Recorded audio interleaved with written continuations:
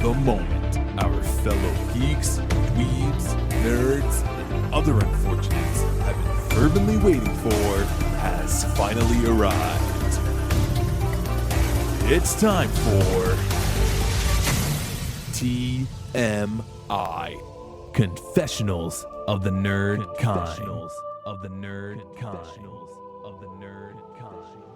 And now, your hosts,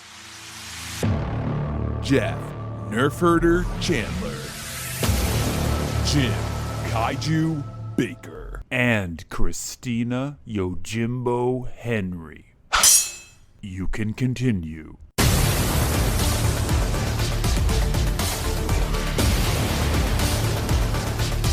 And now, let's get on with the show. Here is TMI. Now that I am, milking this peacock, now that I'm in. Can you milk a peacock? I'm going to milk a peacock. All right. So, book club episode. Yes, here we are. Welcome, everybody, by the way. Welcome. The fates have aligned. A new movie's out that we were actually also able to read the original source material for. Always fun to talk about a Stephen King novel because it brings me back to my childhood, which is a bizarre thing to say. But starting when I was probably 10 or 11, I just started to consume all of what Stephen King was coming out with in the late 70s, early 80s. So it was a joy to revisit Firestarter, the novel. Let's get into it. Wow. Tipping your hand really quick. Well, I don't want to say anything until we get into it. Do you want to start with do you want to discuss the book, the source material? I think we have to. I think that's the only place to start. So This is real interesting because I don't think I've read this since I was, 16, 17, somewhere around there. My book I purchased it from the Bookworm, which was a used bookstore. They used to date the bottom of the paperbacks with the date that you bought it, and mine said March 1983. So that was probably the last time that I read it. So, and like Jeff, I also listened to the audiobook version this time because, as you guys know, I'm a long distance runner. And so it's easier sometimes for me to just listen to something that, I've already read while I'm out running 10 miles or whatever. So it's perfect. The really interesting thing for me this time was there were some elements of this book. I remember really liking this book when I read it the first time. There were some elements of this book that I still loved the second time around. I think it's very suspenseful in terms of like the chase and like you feel the pressure of them constantly trying to outwit this government organization.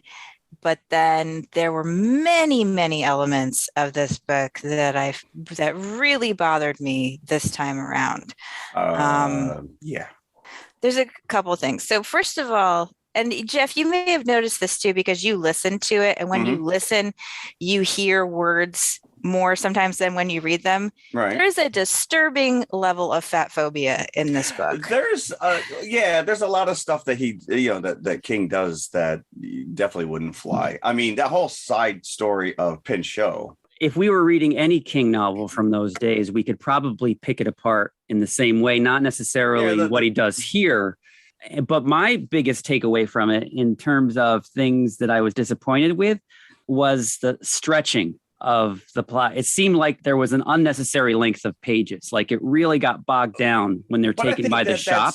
That's indicative of King, that he likes to go down these little rabbit holes and he likes to start giving you these details of, not only the cereal that Andy's eating, but, where it was milled and manufactured. There's another thing it's not even slightly troublesome. It's very troublesome, is like pretty much everything about John Rainbird. He's very like icky, stereotypical description of like a native character. There's like all these kind of gross tropes, but also like his relationship to Charlie is definitely borderline pedophilic, and I am not here for it. It's really, really gross. Oh, it's creepy. It's creepy. It is creepy, but it serves to really make you hate the character. That he is a despicable. Despicable. And in the two film descriptions. Two film depictions, rather. Sorry, I just want to say off the top, like George C. Scott's depiction is close to the book, but it's icky because he's not a native actor. Yeah, but they try to sell him as that. They don't change his name. He's got a ponytail, and he's clearly wearing makeup. Like it's just he? Did they even bother? His skin is just a little darker than it normally is. It's not super dark, but it's definitely noticeable that they tried to darken his skin tone a little bit. He has this line in the movie where he's like, "She's very young, she's very beautiful," and I'm just like, "Ick, ick, like so much ick." Yeah. But on the flip side of that, one of the few, to me, bright spots of the new movie, and again, I'm showing my hand a little too, is that Michael Grey-Eye's depiction I thought was much better, and they made him a much more sympathetic character. Yes, but I didn't like the fact he kills Charlie's mother. She gets carried off by him, her mother's murderer. This is. So, but you were saying this, how characters should be redeemed, just last week. But this is a little. There's no redemption. It's just it's stupid for the sake of being stupid. Well, okay, so obviously we can get into this, but I'm going to make an argument for that, given that she kills her own father in that version of the story, in that film version of the story, but she still does it, and that she realizes at the end of the movie that both she and Rainbird have been used by the shop in some way, and to that extent they are less complicit in their actions. Yeah, you got to read between the lines to pick up on that. If I work with somebody at a terrible job and he comes and kills my mother, I'm not going to say, hey, we both hate the same job. Understand. So, yeah. I get it. I'm not really sure. You're just a pawn. I'm not really sure what kind of options she has, though, at the end of the way they played out that we saw the option. Story. Well, okay. You see, I would have been fine with her just walking and not knowing. Obviously, now it's going to be maybe like Paper Moon if they ever do a sequel, but they were talking about how they were the director was looking at doing a trilogy. Obviously, I don't think that's ever going to happen now because it's just been panned and, the box office isn't great. They changed a lot of elements from it was almost like changing for the sake of changing. Correct. Yes. Yeah. But here's the one thing I will say about it. It subverted every expectation I had. So within the first 10 minutes, I was like, okay, this is not the book. I don't know what's going to happen. I actually liked that one because initially I went into this, reading a description in the movie previews, and it was like a couple on the run. And immediately I'm like, oh, well, apparently they're not killing the mom off. And the first 10 minutes, I'm like, all right, I like what they're doing because they are now showing me stuff I did not see in the book or in the 84 version. I'm kind of getting that backfill, but that goodwill went away really quick. Which was a surprise because, Jeff, as you noted, the poster is like exactly recreated from the 84 poster as the novel. So I was expecting the same. I was expecting the movie to be exactly the same, but no. I was surprised that it wasn't. No, and I think, the 84 version with Drew Barrymore is very faithful to the novel. But almost to its detriment. Well, it is 80s cheese, but I enjoyed it immensely. That wasn't what I meant. Jim was saying he feels the book gets bogged down once they go to the shop. Right. And in the film, this is even more obvious that all the momentum is just like slammed to a halt. Because at least in the book, you have sort of the tension of the various internal monologues. Yeah, you don't get a lot of that to drive you forward. And you don't have that in the film. No. You just have a bunch of testing scenes in a row, which is just stops being interesting very quickly. You really hit on this with the George C. Scott thing. It's really miscast. Like Martin Sheen isn't selling it as Cap either necessarily. No, and I hate to say this, but David Keith. Not to be confused with Keith David. Yeah, I know. I had to pause before I actually said his name. Both the film versions of The Push leave a lot to be desired. Zac Efron has a crick in his neck every time he does the push. Do we prefer the Professor Xavier head clamp? But no, it's like, he's making, because he's got a bush of hair, he's making himself Bozo the Clown whenever he does the push. I do think that Zac Efron did a pretty decent job. The minute I heard that he was in this movie, I was like, are you kidding me? But I used one of the bright spots, few and far between. So anybody that's not familiar with the story, as we said before, it's a chase story with Andy McGee and his daughter, Charlie, who is 8 years old in the book? She's 8, 9 years old? Actually, she was younger in the book. Drew Barrymore was 8 in the movie. Yeah. So they're being chased throughout by a secret government organization called the Shop, because Andy and his wife, Vicky, were part of a experiment at college. They were given a drug called Lot 6, which they were told is a mild hallucinogenic, and it actually was some kind of sinister test to see if it would grant psychic powers to to the test subjects. And this is one of the most visceral scenes in the book, and they do actually repeat it in both films, where some of the test subjects, when they're given Lot 6 in these flashbacks to the college testing, go crazy. And the one guy especially who claws his own eyes out. Yeah. But you don't really get a sense of, well, you do in the second film, but not the first, because there's just this guy with blood coming down his face. So you don't know if his brain is exploded or not. They don't actually show him. There's a quick shot of an eyeball on the ground brought to you by Sam Raimi. In the first one? In the second one. In the second one, yeah, in the second one. This is all told in the opening credits. Yeah, the opening credits feels like Event Horizon, doesn't it? Yeah, well, it's all that found footage, video camera feel. And that's where I kind of was like, all right, I'm in on this. So Vicky and Andy marry after the test. And this is after, some subjects have gone crazy, some are dead.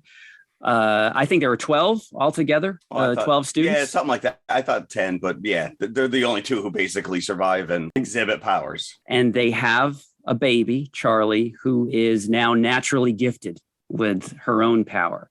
So it's kind of like in the book, it's telekinesis. She can start the fires. So she's gotten, but I don't think she can do the push. In the new movie, it does suggest that she can, but she can start fires. That's her main gift. And the Shop is all over her. Now, and this was also kind of cloudy in the book. They're keeping tabs on them, but you would think that they would take them immediately into custody. They wouldn't even let them. No, they just watch them. And Charlie, as a baby, exhibits some of these powers until one day she stays over at a friend's. The Shop freaks out because they don't know where she is, and they come and kill the mother looking for her. So from that point on, Charlie and her father are on the run. And at various points, they're on the run. They get picked up by the Shop, which is the last third of the book, pretty much. And then in the last few pages, what you're waiting for, Charlie to lose her mind, to finally break, and she does. One of the things that makes the chase element of the story work well is that Stephen King uses an omniscient third-person narration, which is not something that's usually used. And as an example, there's a scene when Charlie and Andy are at the hotel and the Shop people are broken down, like they get a flat tire or whatever, right? Yep.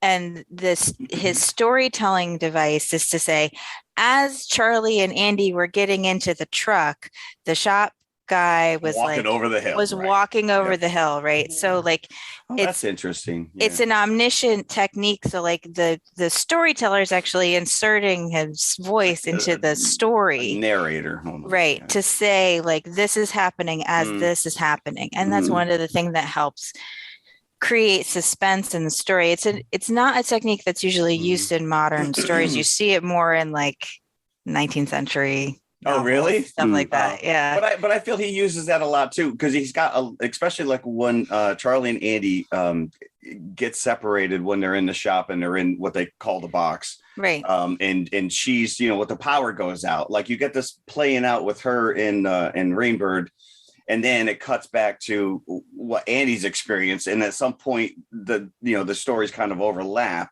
But at that point, what he's using is it's called a close third, right? So it's third person, which means it's the narrator is saying Andy did X, Y, and Z instead of I did X, Y, and Z, which is first person.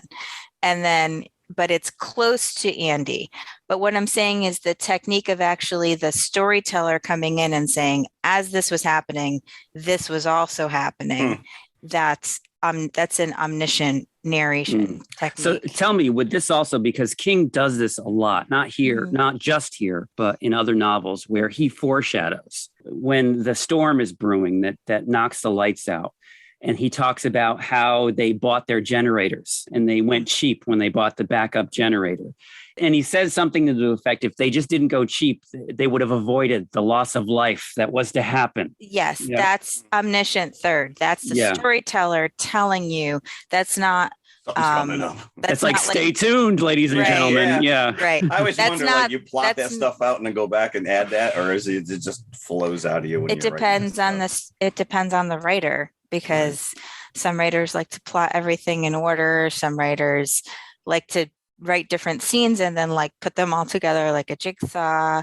I like to not know where I'm going. I like to write chronologically and just kind of like see what happens.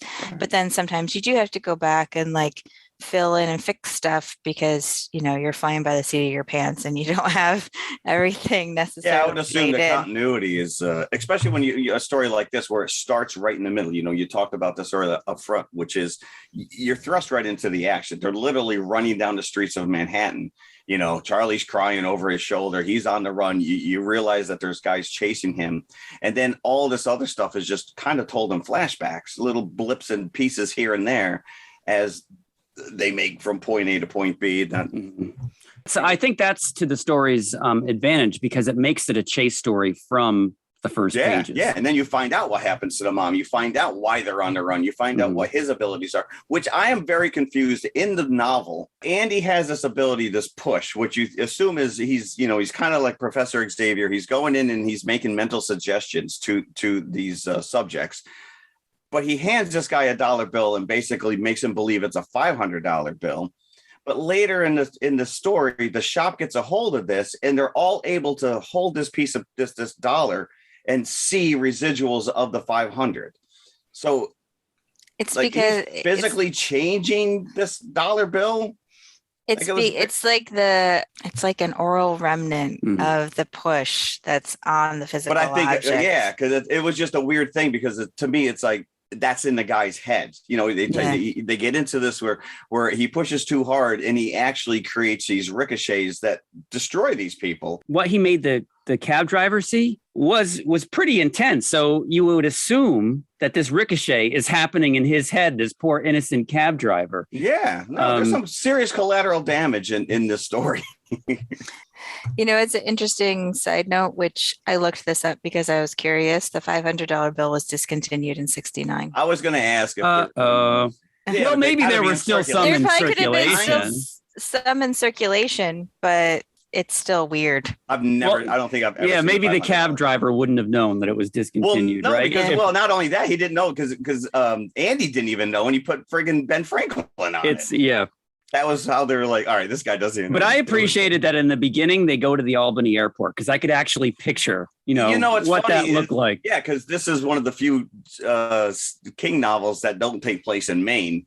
And they are hobnobbing around upstate New York in the Hudson Valley area. So, yeah, I'm assuming that you probably could have tracked out where this lake is that they ended up hiding. That's in Vermont. They went into Vermont. Yeah, I've been there a couple times. There's artistic choices that the filmmakers made, more so in the new version. So just getting back to the Rainbird character, the thing that I like about him is how he himself despises the shop. And he's always 2 steps ahead of them by researching Charlie or what have you.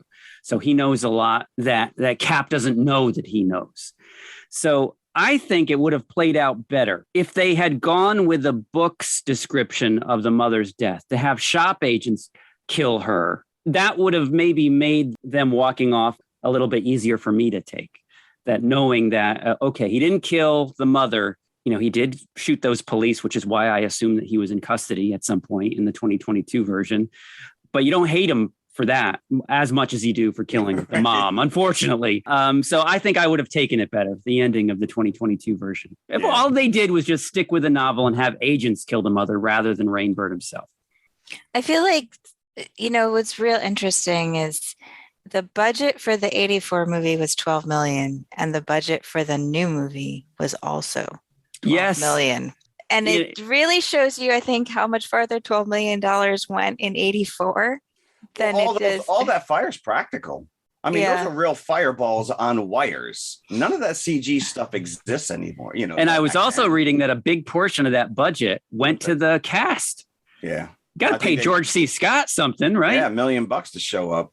I think it shows to an extent too, like how pared down that 2022 version of the story is. They take out so many elements, they change so many things, like right down to probably just deciding it's easier to have audiences keep track of one shop agent than it is, you know, more than one. So they'll just send Rainbird and instead of sending somebody else. I think that's a cheat. That's like talking down to me, like, oh, I can't handle more than one person. Yeah, well, it's a whole new generation out there. It's like, wait a minute. And it's really like when the credits started rolling, I'm like, that's it. Well, this is short. over. It is very short. I mean, we talk about the 90 minutes in and out, but coming off of not only reading the book, but then watching the 84, literally hours before I saw this. The other thing too, though, is that they spend this really large amount of time. I don't know. What do you think? Like 15, 20 minutes of the movie, maybe showing like all her struggles at school. Easily. Yeah. Which again, like I said early on, I'm like, oh, this is all the stuff we didn't see in the novel. But then it didn't really, I don't know. Charlie, she doesn't really, you know, Drew Barrymore at least shows a lot of remorse. And the fact that she doesn't want to use this power and she's really struggling with it as a little kid. Her dad's telling her, don't use it. And now he's like, oh, by the way, now it's good because we need to escape. And she's struggling with this. But this version, like she took a little too much glee in killing that cat. Well, talk about the struggles with school. First of all, that red-haired kid that is making fun of her, he better not even walk into the sunlight or he's going to burst in flames, let alone antagonize Charlie. SPF 50. Yeah. But because, you know, then she runs into the bathroom once the kid hits her in the back of the head with the gym ball, and she hides in the bathroom and the teacher goes after her. And it's like, is this her history or English teacher, also her gym teacher? Is like one teacher in the school. So she goes after her, and it also suddenly becomes a Blumhouse horror movie as the teacher slowly, because it's a Blumhouse movie, you know, they have to put those horror elements. Yeah. And it still burns me that they didn't use the Pinchot scene when he puts his hand in the garbage disposal. I'm like, that is a Blumhouse moment if there was anything. No, they steered. They didn't go there altogether. I will say that they went out of their way to make this a superhero origin story. Cap at one point even tells her, "You are a superhero." This could easily have been the origin of Phoenix or any other fire-powered superhero that exists in the X-Men universe. Maybe that's where they were going to go with it. Yeah, shame on you, Blumhouse. Well, I mean, the trouble with trimming the story so much is that you really lose a lot of that suspense of the chase. You don't really get the same sense that you do in the book or even in the 84 version of the film, that they're being chased and that they're feeling frantic and that, you know, you just don't have the same sense of that in the new film. No, not whatsoever. And you missed out that big, you know, confrontation at the farm. We didn't even talk about Irv yet. Yeah. You know, this confrontation at the farm, that is a pinnacle moment for Charlie unleashing her power and just taking out these agents. And it's completely undone in the new version because they allow Rainbird to just come in and shoot them. Right. And again, there's this sort of quality where it feels like so low budget in a way, like they're just cutting it down to the minimum amount of characters instead of having all these shop agents drive cars, you know, like in the book and like in the 84 film, they're just cutting it down to Rainbird because it's just easier to manage. The more that you say we don't think the audience can handle it, the more I think you're right. And it makes me mad. But I wasn't even thinking that as I was watching it. Well, I mean, because even in the book, there's a lot more characters. You know, Christina, you mentioned the fact, you know, there's so much internal dialogue going on between the agents, you know, with Cap and Pinchot and all this other stuff. And Andy's making his way. Juice, right? Like character. And they make it so you hate all these shop characters, right? So you're not sorry to see any of them go, right? But at least you understand they are just a cog in this stupid. You know, I will say neither movie once they take them and they have them in their facilities, they refer to it as the box. And all I kept thinking of is, who ever heard of a Charlie in the box? But I like the juice though, because he's like, no way. Yeah, Once he hears the alarm going off, he's like, go ahead. I'm just going to stay here. I'm assuming that's that little girl. And I'm not going to mess with her, because that's the other thing you're missing too in this. They never have Charlie under wraps where they're doing experiments, and you're realizing, you know, the power level that this kid has. You do get that speech from Kirkwood Smith, you know, who shows up for a crazy cameo, and that's about the extent of it. And they do utter the same lines, but it just doesn't have the same resonance that they should definitely be afraid of this child. Right. And the thing that I think you lose too, there's a couple things that I think don't work. Number one, it sort of makes Rainbird like this sort of mythical native tracker, like he's the only guy, and he's got psychic powers. But then what you lose is this element of them being kind of surrounded on all sides by shop agents who are just sort of popping up everywhere they go. Yeah. In the 84 version, which is a very kind of workmanlike product, it's not a movie with a lot of flair, but there is one great scene, which is when Rainbird shoots Charlie and Andy with the tranquilizer, and then all of these agents just appear out of the great scene. You're right.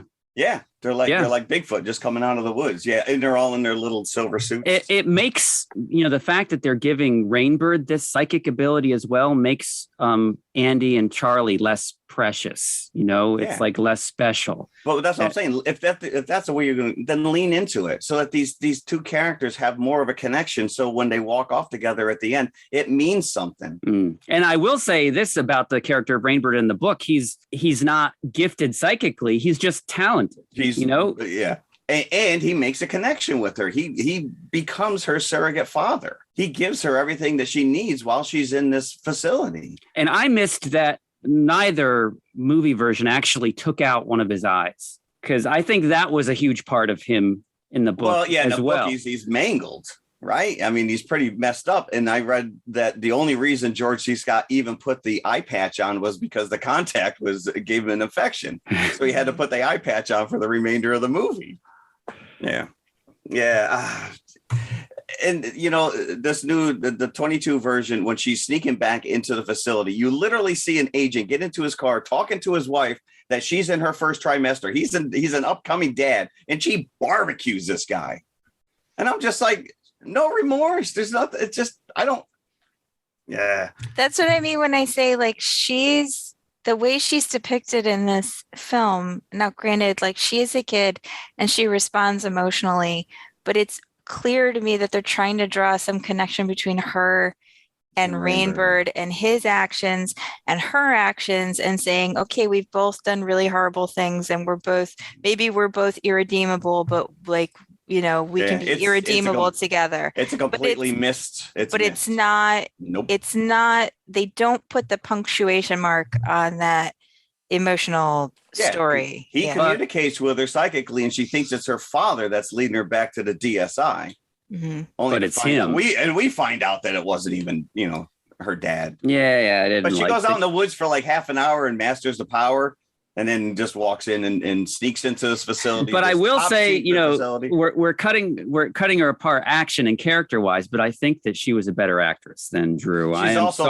She's also 3 years older than what Drew Barrymore was. Right. But apologies to Gertie and Drew. I think she brings it a little bit more. And I think that they were trying to make the audience somewhat scared of her as well. See, I'm gonna say the opposite. I felt that Drew Barrymore had a little more gravitas. I think Drew Barrymore seems more vulnerable. She seems more vulnerable. She has like a just much younger quality. She's a little baby child that is just a pawn in everyone's game from her father on down. Go get us some money. But Daddy, you said it was bad. We need money. And by the way, don't set that guy's shoes on fire. Sorry. I mean, I just think Drew Barrymore has a quality. She just does seem so young. And I think that that's like her strength. You know, it's that you just get more of the feeling that this is a little girl with like power that's out of and don't get me wrong. The girl who plays the newer version of, what is it? Ryan Kira Armstrong. I think she does a great job with what she has. Mm-hmm. But, you know, again, literally watching these back to back. The biggest disappointment for me is, again, if you're going to update it and you're going to make changes, in the book, Vicky is like a nothing character. Like King primarily describes how beautiful she is. In the 84 version, she's played by Heather Locklear, who's clearly Film just there debut, by the way. to be beautiful. You know, she's not really a character. She's not a developed character. So when they started the new film, I was like, oh, this will be great. They'll actually develop Vicky as a person. But no. Exactly. Like I said. But yeah, this is what killed me, is that these remakes, these newfangled horror movies, I don't want to ferret out Blumhouse specifically. It's just in most horror movies. But the lead actors are usually, it looks like they're cast by their 8x10s, you know, and not their acting ability, or Zach by his 12-pack and whatever, because you got to see him with his shirt off at one point, of course. But again, I thought he did a very good job, because I did not see him in this role. Last week when it was brought up that he was in this, I was like, are you kidding me? Like, I just don't, you know, he's still a kid to me. But there's that hurdle that I have to get over, because I'm thinking, you know, you're in the Lot 6 experiment. What is the Wilhelmina modeling agency not paying enough for you? I do like in the novel that King continually goes back, and Andy is as they're on the run, he continually goes back to the source of all this, which is, we just needed $200. You know, we were just two people that needed money. And this is what it comes to. I am now on the run for my life. They've killed my wife. They're definitely going to kill me. And my daughter is going to be left in a life of perpetual experiments. And speaking of that portion of it, the going back to the Lot 6 test itself, I was convinced in the book that this character Quincy was going to come back as some insidious shop agent, and that was never expanded upon, because he knew an awful lot about this test and talked Andy into going. And then, you know, his friend that he called on the phone, and it seems like he's drawing him out on the phone. Yeah. And I'm like, this guy is a shop agent. There's no way. He's keeping tabs on him just like everybody else. And they never really went there again. Yeah, you're right. That is interesting. The Tangerine Dream soundtrack is listen, I'll never say a bad thing about them because of the Legend soundtrack, but this is so 80s. If the 80s themselves could make a movie, this is it. It would be Firestarter. Yeah. I think Carpenter does a good job on the new one. Oh, yeah. I like the score. And he was set to direct the 84 version. Is that correct? Yeah. And then because The Thing did so bad that they pulled him. While he was making The Thing, they had him booked for Firestarter. And then when it bombed, they said, no, thank you, because it was a Universal movie. So that's why when we were talking about Christine, there's all these interviews saying, like, I just was happy I had a job when I did Christine. And that's why. Yeah, this would have been a much different movie, I think, if he had his fingers in there. It hews fairly close to the story. That's saying a lot, because it's it's not a huge book, but it's a fairly big book. They try to hit all of the highlights of the plot, but it doesn't have any kind of real flair. It's like a real kind of workman-like product. It's just kind of hitting the notes and then just moving on. And I don't know that everybody was cast super well.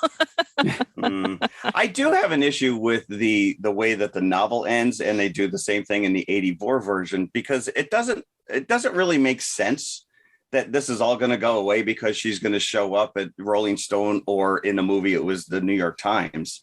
Because they're going to print up an expose, and then what's she going to do? Now she's world famous. Now you're going on Donahue. Now you're going on Tonight Show talking about this. Or now they just can't. They can't just take her away and put her in a box. But she's still never going to have a normal life. This kid. She has no parents. So do you become a ward to the state? Does Irv and his wife? That's another, I think, shortcoming of the book, is when they meet the Manders, you're thinking to yourself, okay, here's the end. She's going to end up with these kindly old people at the end of the book, and that's exactly where she wanders off to. And King kind of sugarcoats, I have no idea how she does that, because she doesn't remember, right? So he gives the suggestion that her psychic abilities lead her back to the Manders. She remembers being with some hippies in a van and going under a fence and a pig wanting to eat her. And that's the entirety of her journey from Virginia back to Vermont, or to upstate New York. And then she ends up leaving because the word gets around town. They're never going to give up searching for her, the shop. You're actually told that the shop have put agents in the New York Times and all the major papers so they can circumvent them showing up there. Yeah, because at one point Andy writes all those letters and they basically they steal the confiscate. letters. Yeah, they kill that postal agent. Which is fun. In the movie, they kill him. In the movie, they kill him. Yeah, that's a little overwrought. I'm like, dude, would they really assassinate him? There, you do not take people's mail. The other thing in the new one is that, like I was saying earlier, because it hews so close, that last bit where they're in the shop just seems like it goes on forever. It just feels like they could have trimmed that down for. And it seems like when King wrote that, and like there's as I said before, there's a very lengthy portion of the book where they're in the shop. It seems when he gives you that tease, when the lights go out and it says it could have avoided the loss of life, that he is himself dangling the carrot. Okay, just get through these shop scenes, and I'm going to deliver something waiting for you on the other side. Death and destruction by a little 8-year-old. And they don't shirk on that in the 84 version. Yeah, I was digging that finale, especially those fireballs that she keeps sending out. Yeah, no, it's. My husband also pointed out to me a thing that I forgot, which is that the shop also appears in the Lawnmower Man film. Yeah, this seems to be a recurring place, right? I think I read somewhere that King uses the push in numerous books. To me, it's like, this is just Carrie, just a little girl with psychic powers and can't control them.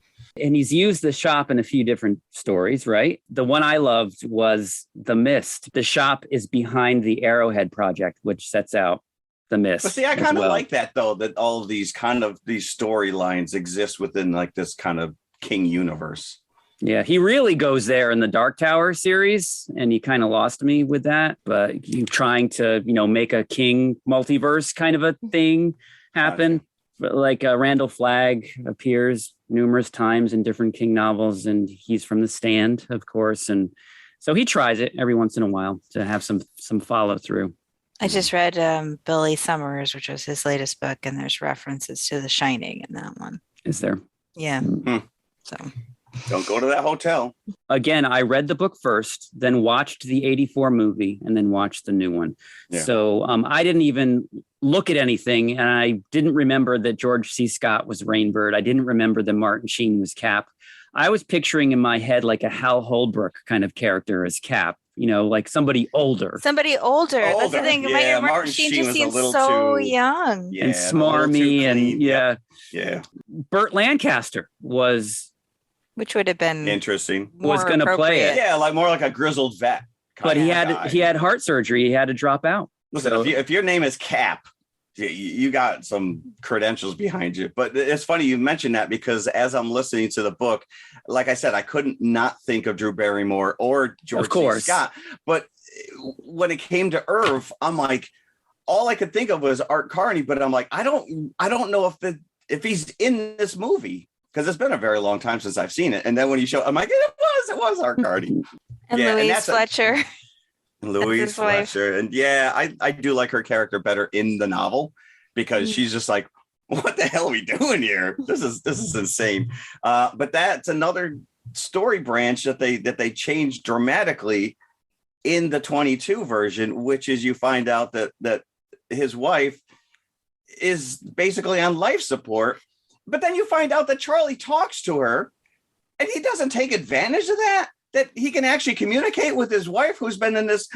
I'm assuming he was drunk, and that's what happened in the car accident. And that's why it was almost like a pruned branch, that part of the story. It went nowhere. A certain way, and then they clipped it off. Yeah, it's like, okay, we have to put in the Manders somewhere. Let's make it so it's another example of what Charlie can do, rather than have it tie in again to the end of the movie. And I like how the book, realistically said the shop is never going to stop, because she was at the Manders once. The shop are going to, unless they're complete have their head up their rear ends. Yeah, that's one of the options that they're going to look at. You're going to be where Charlie went that thing under surveillance, and that's the case. And so Charlie has to leave them at some point. But no, it has to be tied up in a bow where Art Carney brings her to the New York Times at the end of the 84 movie to have a happy ending. But like I said, it's not a bow because it's so many open questions. Like, what is this kid gonna do now? Which is fine. I think it's fine to leave Oh well, you it open love that way. an open-ended. It's more of a you bow. love open-ended stories. It's more of a You bow make than the your own 2022, adventure. right? It's more of a Yeah. bow than the 2022. Oh, that was a horrible. That was a horrible bow. Just yesterday, I was looking to see if I could get some details on the book itself. You know how we, look box office numbers up with movies. The only real key bit of info that I got was the publishing date, which was September of 1980. But 80. Yeah. I found an interview based on this new Firestarter movie with Stephen King he did with Vanity Fair. So they asked him about the book, they asked him about the new version, they asked him about the 84 version. And it's a really interesting interview. And you can see that doesn't want to say anything bad anymore. Like, because the interviewer is trying to bring him out. Like, well, you said this in 1984. You said this in 1984 that you didn't like the movie. And he's like, I How like could it. he not like the movie? It is. We just got done saying it was about as faithful adaptation of the book, almost to its detriment. So what would you not like about it? There's something, obviously, we're not saying it's the greatest movie either. So there's I'm not something saying off it's about it, great. whether it's the cast or if it's just like It has no energy, the 1984 version. that chase element, that on your edge of your seat element is missing. Because even the part where they're coming from the airport in Albany and they're on the side of the road and they just suddenly leave the side of the road while the shop cars are coming, that's in the movie, but it doesn't have, like you said, the same energy as reading it or listening to it as you two did. There's just like that. It just feels like very, very rote. Like, and that's it. The drawback is that it just doesn't have any lift to it, even though it does. It's fairly I'm impressed that they managed to get so much of the book into the movie. Yeah. Going back to this Vanity Fair article, they asked King, what was this based on? There's similarities to Carrie, but with Firestarter, he was thinking about LSD and what if it had other side effects. So that was the basis of it. So they ask him again about the 84 version. He's like, well, I like it better than I did. But then he goes on to admit that he hasn't seen it since 1984. So that's why I like it, because I don't watch it. But he does say that he's watched this new version 3 times already, and he's only seen the 1984 version once, which was at the premiere in 1984. Wow. I have to say that as a creative, though, that's got to be a tough thing to give up. I mean, this is coming out of you. You've done all the research. This is your story, and now you're handing it off to someone else, and they're just going to do their own version of it. And it's like, it's not the motivation, or that's not who I envisioned, or, there's a point, I guess you just got to wash your hands and say it's no longer mine. But they managed to get him to nitpick. This interviewer picks away at him until he finally admits. Give me something bad to say. He said he prefers Zac Efron to David Keith because the character of Andy does not lie to Charlie in this movie, and David Keith does. No, but he also tells her good girl when she blows up the cat. Because there's scenes where he's like, are they going to, dissect me like a frog? Yep, Charlie, they're going to dissect you like a frog. Yeah. That's exactly what they're going to do. While David Keith is like, it's all going to be all right. Everything's fine. That's what every parent says. Yeah, that is. When they're 8 years old. It's okay. It's all right. Well, you're not going to put the weight of the world on a kid. Sorry. We lie to our kids. And you have this kind of clout when you're Stephen King. They actually premiered Firestar at the Bangor Cinema. So attended by Drew Barrymore, apparently. She didn't catch a place on fire, did she? Nope, but she did scream when she saw E.T. in the maintenance closet, just like Gertie. I did too. I cried. We are never going to review E.T. because I will cry. It happens. So there you go. I think that, even though we read a book or listened to it, we watched 2 movies. There isn't actually that much overall to talk about, because if you think about it, the substance of the story is pretty light. I think Jim has a point. This might have been a novella. This might have been a novella-length story. It might have worked better in that format rather than a full novel, because it just really isn't. Despite appearances, there actually isn't a ton going on. Because really, the only reason that Charlie needs to be captured is that so she can wreak havoc on the shop. Yeah, they want to figure. Yeah. So cut all that out, cut the Rainbird, making friends with her, and just have her get captured. The next day she goes nuts and kills everybody. Burns everything down, and then you Yep. feel great. Yeah, she's been harried by the shop, and now this is her vengeance. Now she can go live in the woods and make her own fires. But yeah, I have to say, like, on this revisit, I guess I remember liking this book a lot more 30 years ago than I do now. There were, I think, too many things that bothered me this go around. Yeah, that you probably wouldn't necessarily pick up on. I was going to say, we live in a different world now. Yeah. And that's, you got to put it in the context of, I go back to the Pinchot storyline, which is just unnecessary. What I didn't like in the book was that dream sequence with Charlie riding naked, bareback. I'm like, is that necessary? No. That's what I'm saying. There's some really questionable stuff in this book. I was like, you know what? I'm just not comfortable with this now at my age as I was when I was a teenager, when I didn't necessarily notice all this stuff. So. Yeah. Whereas when we reread Christine, I was like, I still like this book. Even with its baughty moments. Yeah, I still felt like I could get back into. Well, I think that's also, Arnie, your subject matter is slightly older. You're talking about a little 8-year-old, 7-year-old girl. And so that right there is a creep factor, especially when it can be done. You just have to. There's a way to handle it, and have her be naked on a horse, or a grown Indian chasing after her because he wants to feel what it's like when he chokes her life. But he also loves her. I mean, I just can't get over the ickiness of this. And the fact that the shop was just willing to hand her over to him, Yeah, sure. You do this for us. Yeah, is that what you want? All right. When we're done with her, you can have her. And the Cap is horrified when he first says this because he assumes that he means in a sexual way. Oh, you just want to kill her? That's okay. All right. You're fine now. All right, as long as you're not going to do anything creepy. That's less upsetting. Right. You talk Tangerine Dream. I read they didn't even see the movie. No, I didn't read. Like, they just had these tracks and they gave them to the director. He's like, yeah, these will work. I think it's obvious. This is a very by the numbers, everyone goes off in their mutual corners. They all do their part and then they just add it together. Like Christina said, there's really only one neat moment after they get taken out at the lake house. Otherwise there's no special camera angles. There's nothing fancy about it in any way, shape, or form. Even like this newer version, it is shot much. It's muted colors. It definitely has, I guess it's Blumhouse's kind of style signature, studio signature look.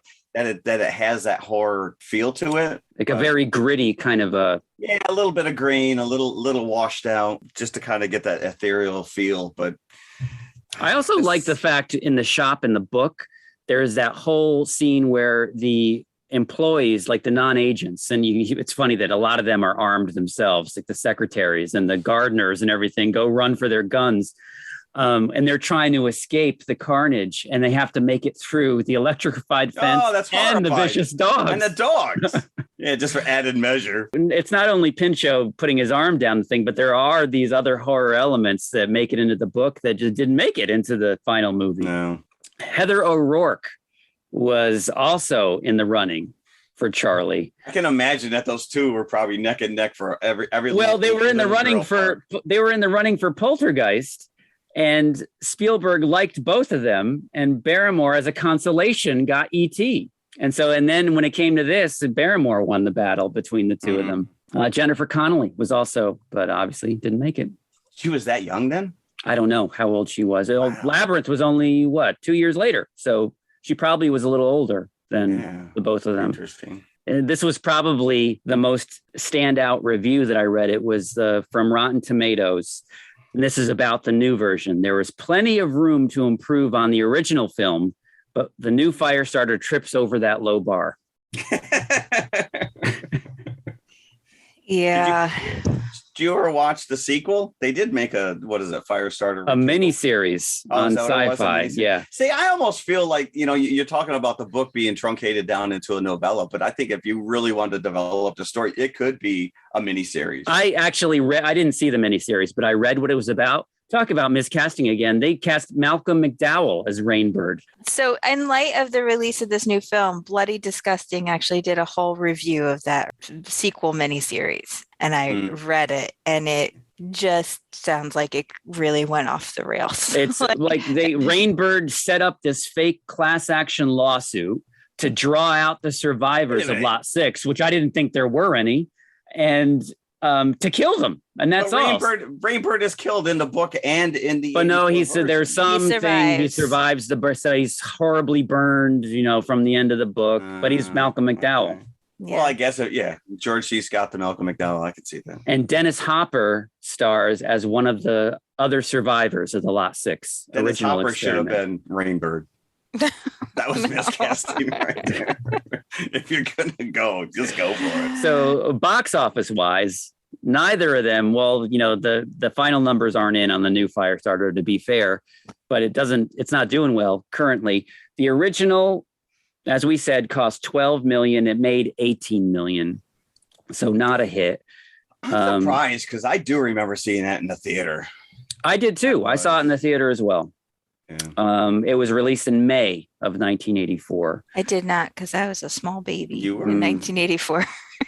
Yeah, I was not old enough to get into an R-rated movie, but obviously my father took me. It was Stephen King jam, so I was there. The new one has to date, well, as of yesterday, when I looked up the figures, has made $7.7 million on a $12 million budget. Well, they got my $12 because I did see it in the theater. I know you both watched it on Peacock. No, I went to the. Oh, you did see it in the theater. I'm sorry. Because I'd like to try to give horror movies a chance. I feel like you can't give them. I just feel like it's very hard to give some things a proper chance sometime at home. I wonder. See, this is where these streaming day and date things, you really wonder how they impact. You don't. The take, it's like, did a bunch of people just decide, oh, well, I can watch it at home on Peacock, so I won't go to the movie theater?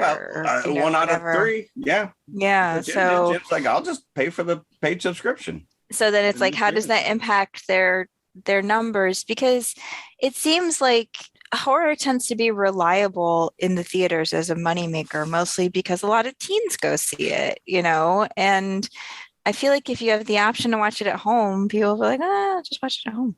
This new one is rated R as well, isn't it? Yeah.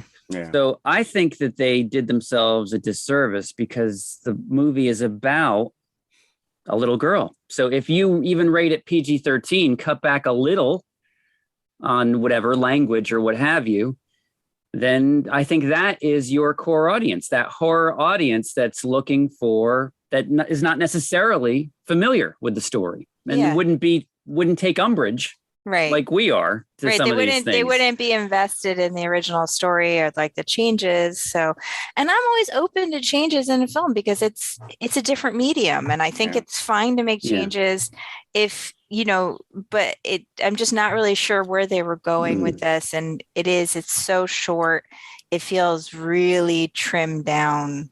Yeah, because I think it would be a matter of language. Because now that I'm thinking about it, Gloria Rubin is the new Cap. She's dropping F-bombs left and right. Yeah, so maybe just scale back on a couple of those. You can get your PG-13 rating. One less burnt pat, maybe. I don't know. I will say that pretty much everyone I talked to about this had no clue that they had made a new version.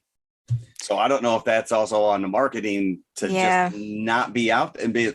You mean like the Stephen King book? Yeah. Oh, yeah, no, I didn't realize that they made a new version. I feel like I haven't seen that many previews for it, which is weird. So, all right, what kind of buckets would we give? We got to give out 3 sets of buckets for this one. Book first? All right, I'm going to go book, 84 movie, and then 2022 movie. So, book 3... 84 movie, 2 3/4, 2022 movie, 2.5. Yeah, because I didn't love the book as much as I remembered. And I think both adaptations have flaws. I will go 4 on the book. I did enjoy listening to it.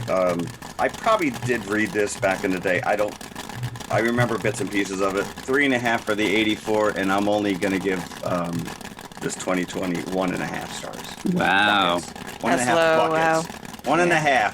Dumpster fire. By the way, Jeff, I thought the audio narrator was good. Yeah, well, he's I can't remember the guy who did the Death on the Nile, but He's no David Suchet. he is no but- touche. But yeah, no, But I thought he did a good job. Yeah, I enjoyed. Like I said, I had 18 hours to kill in the car, and we brought this up before. 18 hours to read a book, and yet you're condensing it down to not even a 2-hour movie, but an hour and a half. Yeah. So they are different mediums. But this new version, Zac Efron, I thought he did a fairly decent job. He exceeded my expectations. Well, I'm going to give the book the most, 3.25. I think I remembered it being better than it was this read. And I was less concerned with the problematic things because I think just King does that in general. So I try to shut that out. But 3.25 for me. And with the 84 movie, I didn't think that really was happening. I wasn't invested in Drew Barrymore or David Keith. 2.75 for that. Yeah. And then ending with the new one, I like that least of all. Yeah. 2 buckets for the new one. Wow, I can't believe I went the highest on the new film. Yeah. I had a couple behind me, and as we sat with the credits rolling, they just started laughing. I'm like, there you go. That pretty much says it all. Like, I just couldn't believe it was over. Like, this is how we're ending this? The 84 version was such a slog to get through. And usually, whatever we watch, I'm up for, I've got my notebook. I'm excited about the movie. Yeah. After the 84 version, I was like, I don't really want to watch the 2022 version now. Yeah. Like I said, it's always real interesting to me to go back to these books that I read when I was young. And, when we went back to Christine, I was like, oh, I still like this book. It still had a lot going for it for me.